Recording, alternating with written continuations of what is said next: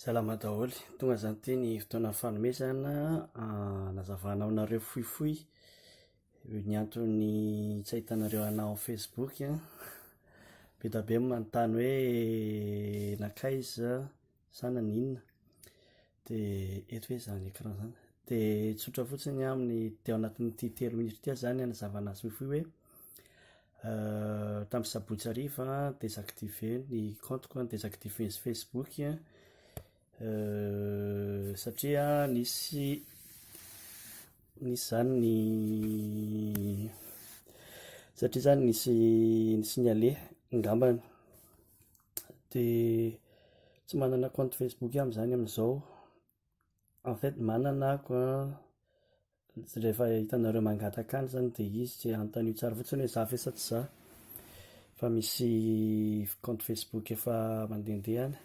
Fa mampalahelo tsy mampalahelo zany fa vokatr'izay dia be da be ny compte-ko sy ny groupe sy ny page izay niaraka désactiver tamin'ilay compte Facebook dia anisan'izany ny boutgasy, ny ohabolana, ny fandefasana katolika, fandefasana vakiteny katolika automatique, ny baiboly dia ny gaserasera frantsa tsisy be reniretsy zany amin'izao aloha dia désactiver niaraka tamin'ny compte-ko. Dia samy miara-maminavina zany hoe inona no tena na-désactiver an'ilay compte dia matetika tsy désactiver ny compte raha tsy misy signalé. Dia inona zany ny antony tena ny signalevana ny compte-ko vokatry ny zavatra tsy nentina ataoko ve sa vokatry ny zavatra nentina ataoko, satria matetika koa mantsy misy zavatra mety izay tsy zakan'ny olona dia iny zany signalena olona.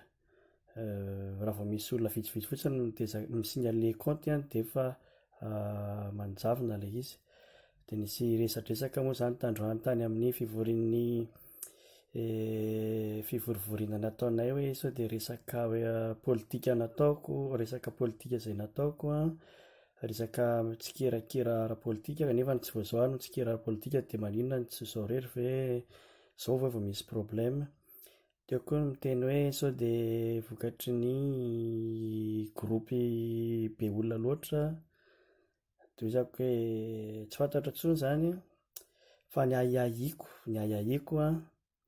dia tatandraza ny ahiahiko no dénoncer-ny compte-ko satria tatandraza hatramin'izay nisehoan'ilay ry tamin'ny niaraka tamin'ireny sabatra be ireny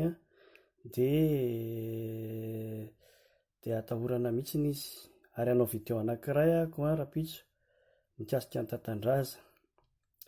Izay zany momba an'iny fa dia mametraka veloma antsika rehetra. Misy compte-ko maromaro amin'ny Facebook azonareo arahana, sinon azonareo jerena koa ny Twitter sy ny YouTube izay asiako zavatra fanazavana fanampinampina.